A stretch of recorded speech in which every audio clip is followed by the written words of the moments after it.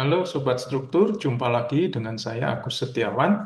Kali ini kita masih melanjutkan bahasan kita tentang struktur beton bertulang untuk topik lanjutan.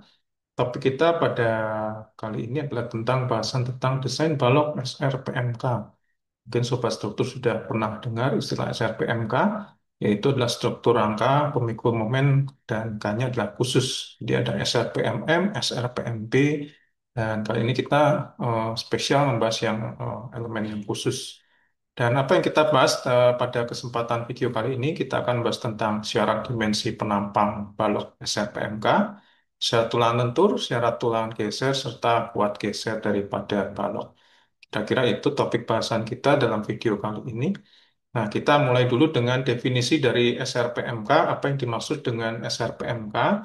Di SRPMK atau struktur rangka pemikul momen khusus, ini secara definisi dalam SNI SNI beton yang terbaru, ini adalah suatu sistem struktur yang didesain dan diberi detailing yang cukup. Jadi kata kunci di sini adalah detailing itu harus mencukupi. Apa yang dimaksud dengan detailing itu adalah termasuk contohnya adalah jarak sengkang, begini ya, ini adalah jarak sengkangnya, jarak pengikatnya, kemudian cross tie-nya atau sengkang ikatnya, kemudian juga syarat dimensi, penampang, dan sebagainya. Jadi detailingnya harus kita perhatikan.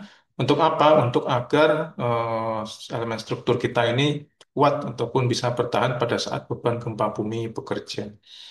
Nah, kapan kita harus menggunakan SRPMK? Yaitu SRPMK itu biasanya kita gunakan untuk daerah-daerah yang masuk dalam kategori desain seismik D, E, maupun F. Apa itu kategori desain seismik atau sering disingkat dengan KDS? Ini Sobat Struktur bisa lihat dalam video saya yang lainnya. Nanti link deskripsi, link tautan videonya akan saya sertakan dalam deskripsi. Nah, jadi KDS atau kategori desain seismik ini sebetulnya ada 6, A, B, C, D, E, dan F, begitu ya. Nah, untuk AB, KDS AB itu biasanya cukup menggunakan struktur rangka pemikul momen biasa. Sedangkan untuk KDS C harus SRPMM atau menengah, dan DEF untuk kategori gempa yang daerah yang cukup rawan gempa, ini harus kita masukkan struktur kita sebagai, kita desain sebagai suatu SRPMK. Nah, ini adalah contoh penampang kolom dan detailingnya begitu ya, superstruktur apa serta ketentuannya yang ada di SNI ini bisa kita baca bahwa rangka balok struktur rangka pemikul momen khusus atau special moment frame ini adalah rangka balok kolom yang dicor di tempat dan memenuhi persyaratan 1823 hingga 1828 serta pasal 1806 SNI hingga 1808 gitu ya. Untuk pracetak ada pasalnya sendiri. Nah, secara semuanya pasal-pasal mana yang terkait dengan SRPMK ataupun yang lainnya ini ada di tabel ini. Jadi kalau Sobat Struktur buka SNI tabel R18.2 maka kita bisa lihat bahwa untuk sistem rangka pemikul momen atau SRPMM ini yang saya berikan kotak biru. Untuk kategori A tidak ada persyaratan khusus. Untuk kategori B ini harus mengikuti pasal 18.3. Kemudian untuk KDSC ini masuk yang SRPMM. Jadi kalau 18.3 Sobat Struktur bisa lihat ini ya. Sistem rangka pemikul momen biasa. Jadi untuk KDS yang B, A pun juga sebetulnya SRPMB. Kemudian 18 KTSC itu masuk ke yang menengah. Dan ini adalah untuk daerah gempa berat DEF, itu harus didesain secara masuk ke elemen struktur yang khusus. Bisa eh, sistem balok kolom, bisa juga kalau ada dinding khususnya, ini ada di bagian pasal-pasal itu. Nah, fokus kita kali ini adalah tentang komponen balok, gitu ya, sobat struktur. Nah, apa syarat dimensi penampang dari suatu komponen lentur atau sebetulnya bahasa kita adalah balok gitu ya dari suatu SR PMK? Disyaratkan bahwa panjang bentang bersih LN harus lebih besar dari 4 kali tinggi efektif. Jadi kalau kita punya struktur balok pada satu SR PMK, maka siapa LN-nya? Maka LN-nya adalah ini begitu ya. Jarak dari muka kolom ke kolom begitu. Muka kolom satu ke muka yang lainnya. Ini adalah LN. Kemudian 4 kali tinggi efektif. Nah, sobat struktur yang sudah mempelajari beton bertulang, Apa itu tinggi efektif? Tinggi efektif itu diukur dari serat tekan terluar beton hingga ke as tulangan tarik. Jadi kalau kita gambarkan, ini adalah tinggi efektifnya, begitu ya, atau sering disingkat dengan D. Nah, ini adalah tinggi efektif. Beda dengan tinggi ataupun H, tinggi total gitu ya. Kalau tinggi total sampai ke dari atas sampai ke bawah daripada si balok. Nah, kriteria penampangnya ini LN harus lebih dari 4D. Jadi bentang bersih ini harus lebih besar daripada 4 kali tinggi efektif. Begitu ya, ini syarat penampang. Kemudian lebar penampangnya BW, di BW adalah ini, lebar badan atau webnya, ini adalah BW-nya. Itu tidak kurang dari 0,3 kali tinggi penampang, 0,3 H, namun tidak boleh kurang dari 250. Jadi kalau sobat struktur membangun satu struktur beton begitu ya di daerah KDS DEF, maka upayakan lebarnya itu tidak kurang, lebar baloknya tidak kurang dari 250 begitu ya. Ini adalah sudah ada ketentuan di SNI-nya seperti itu. Untuk lebar dan rasio LN per D tadi sudah ada. Kemudian syarat lebar juga masih ada persyaratan tambahan, tidak boleh melebihi, tidak boleh melebihi lebar kolom pendukung. Jadi sudah jelas eh, apa? Tidak melebihi lebar kolom pendukung ditambah. Sorry, jadi boleh lebih lebar daripada kolom. Jadi kalau ini kolom misalnya ya, terus baloknya lebih lebar itu boleh ya, baloknya lebih lebar. Jadi ini kolomnya, kemudian baloknya lebih lebar boleh. Cuman ada syaratnya ya, sobat struktur ya, lebarnya nggak boleh melebihi daripada lebar kolom ya ditambah dengan nilai terkecil dari lebar kolom atau 3/4 kali dimensi kolom dalam arah sejajar. Jadi kalau kita lihat ini adalah denahnya seperti itu, ada kolom ini, bagian ini adalah kolomnya kelihatan dari atas. Kemudian ada balok yang merangka ke kolom itu. Kalau kita lihat potongan A, maka baloknya ini baloknya gitu ya. Ini adalah baloknya lebar begini. Ini adalah balok yang merangkak ke kolom tadi.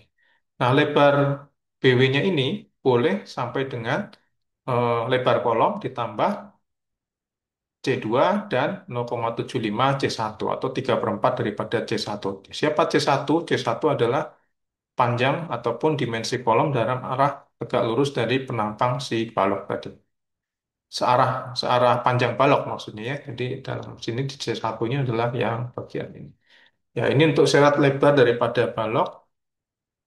Nah, kemudian syarat tulang lentur ya, syarat kedua. Ada di pasal 18621, tulang lentur baik di sebelah atas atau sebelah bawah penampang, ya, AS, tidak boleh kurang daripada, nah, kalau sobat struktur mempelajari struktur beton,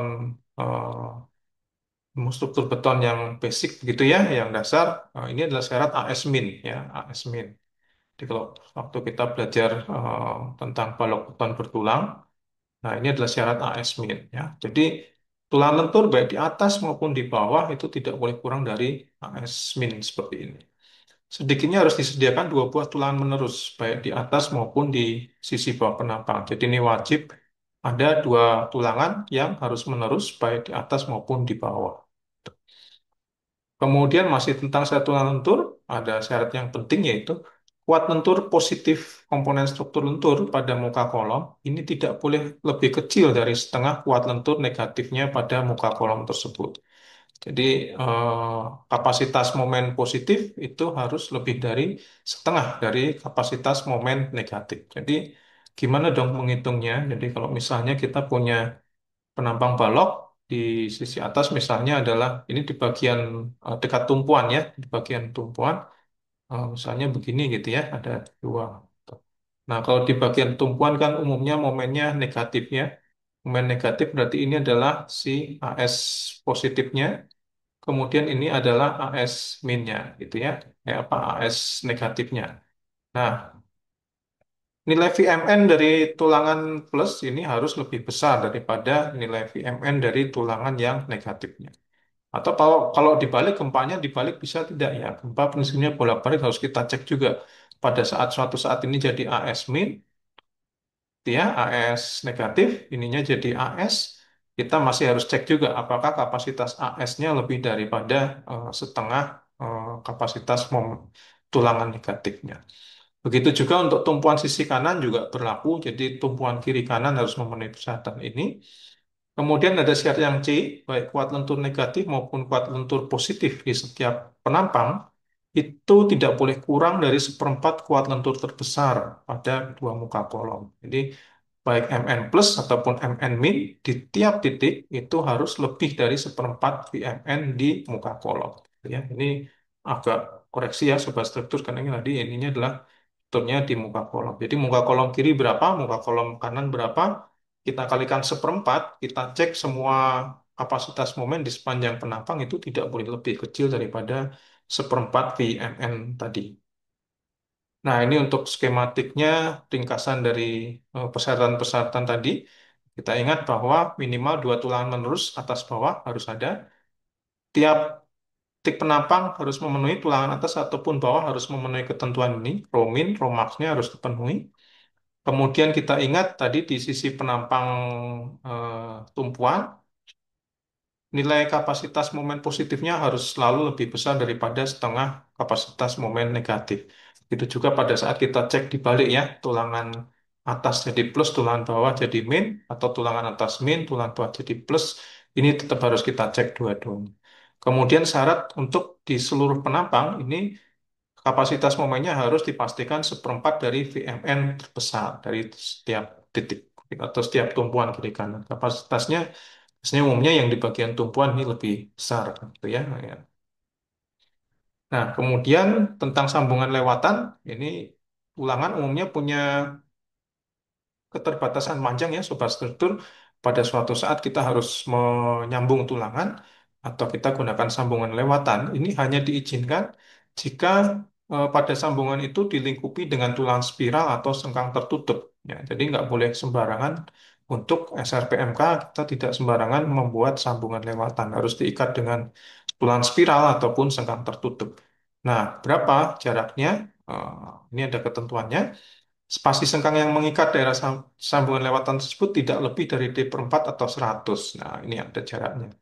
Jadi jarak bagian ini, bagian yang kita sambungkan ini, itu tidak kurang dari, tidak lebih dari D/4 ataupun 100 mm.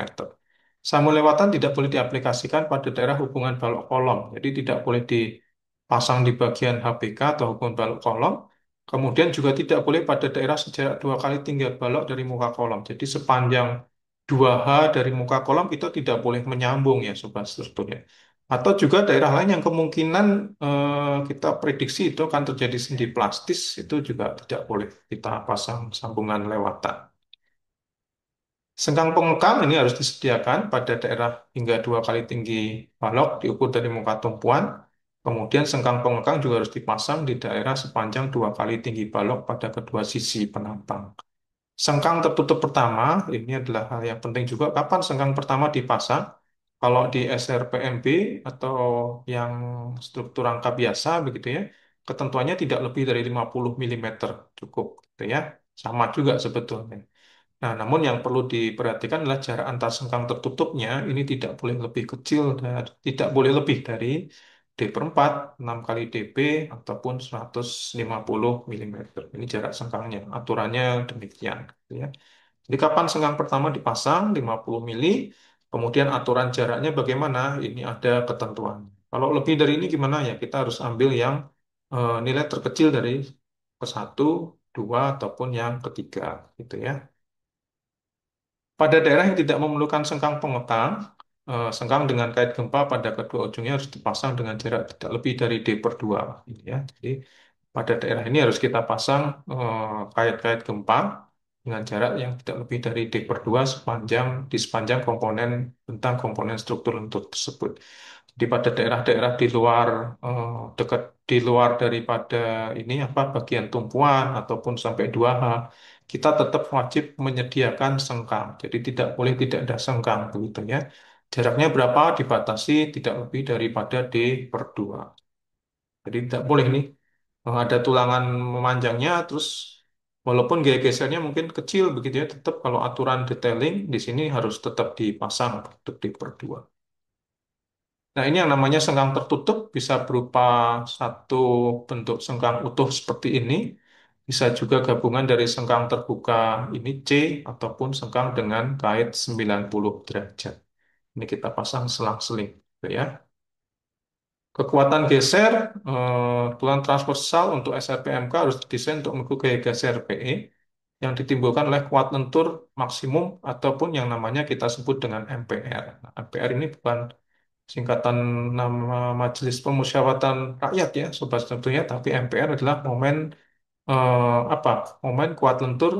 Jadi adalah kuat momen lentur di ujung balok dengan asumsi bahwa eh, kuat tariknya itu mencapai 1,25 FY. Jadi ini kita masukkan di sini. Jadi kalau kita menghitung struktur biasanya kan AS dikali FY gitu ya, atau FY. Nah, atau FY-nya kita ganti dengan 1,25 FY D min A per 2 seperti menghitung kapasitas momen biasa. Gitu ya. Kita dapatkan nilai A kecilnya, maka kita bisa menghitung MPR. Nah, ini adalah gaya geser rencana yang timbul di ujung-ujung kolom. Kita hitung momen MPR minus kiri, MPR plus kanan. Untuk portal yang goyang ke kiri, maka eh, arah momennya begini gitu ya, sobat struktur ya. Kemudian kalau goyang ke kanan, berarti tinggal kita balik begitu ya posisinya. Nah, pada saat goyang kiri dan goyang ke kanan, ini kita hitung gaya geser yang timbul di ujung tumpuan. Jadi, gaya geser kiri, gaya geser kanan, kita bisa hitung dengan metode apa? Metode sederhana sebetulnya ya, sigma momen sama dengan nol gitu ya. Ini statika sederhana. Kalau sobat struktur masukkan sigma momen ke nol, maka dapatkan ini untuk kiri dan yang ini untuk yang sisi kanannya. Untuk lebih jelasnya mungkin contohnya seperti ini ya, sobat struktur ya. Jadi tadi untuk yang portago yang kiri, momen ke kirinya ada MPR kiri, begitu. MPR plus kanan seperti itu, begitu ya. Serta QU, panjangnya adalah L ya, panjang dari balok ini. Maka eh, siapa yang memikul QU adalah reaksi ini, begitu ya. QU dikali LN, jadi ini panjangnya LN ya, sobat struktur ya. LN per 2 kita bagi 2, kiri kanan, begitu. Kemudian memikul MPR min kiri, karena momennya begini, ke berlawanan jarum gitu ya sobat struktur. Ini harus kita lawan dengan sepasang gaya yang arahnya yang kiri ke atas, yang bawah ke yang kanan ke bawah gitu ya, sehingga membentuk couple momen yang bisa melawan MPR kiri. Jadi MPR kiri siapa yang melawan yang sepasang gaya ini? Ini di kiri dan kanan bawah. Sebaliknya yang MPR plus kanan yang melawan siapa? MPR plus kanan yang melawan ini sepasang gaya ini. Satu ke kiri, di kanan ke bawah, di kiri ke atas gitu ya. Ya kalau kita samkan gitu ya, kita jumlahkan, maka kita dapatkan gaya geser kanan, gaya geser di kiri. Nah, ini yang dipakai untuk nantinya menghitung eh, jarak sengkang yang dibutuhkan di ujung tumpuan gitu. Kuat geser yang disumbangkan ini kita lihat di pasal selanjutnya. Kuat geser yang disumbang oleh beton VC dapat diambil sama dengan nol apabila gaya geser akibat gempa lebih besar atau sama dengan 50% dari kuat geser perlu maksimum di sepanjang daerah tersebut. Jadi umumnya kalau kita merancang untuk SRPMK, kita abaikan di VC-nya boleh ya. Jadi sebetulnya kan PN daripada kuat geser nominal dari penampang balok itu kan sama dengan VC plus VS begitu ya, sobat struktur ya. Jadi VC-nya boleh kita nolkan nih. Nah, semuanya bergantung pada si kemampuan kuat geser daripada tulangan atau PS-nya. Mungkin itu dulu sobat struktur yang bisa kita pelajari bersama pada kesempatan kali ini. Kita sudah membahas tentang eh, ketentuan untuk merancang suatu struktur balok ataupun komponen lentur SRPMK. Kita sudah mempelajari syarat penentuan dimensi penampang, kemudian syarat tulangan lentur, syarat tulangan geser, serta kuat geser dari penampang.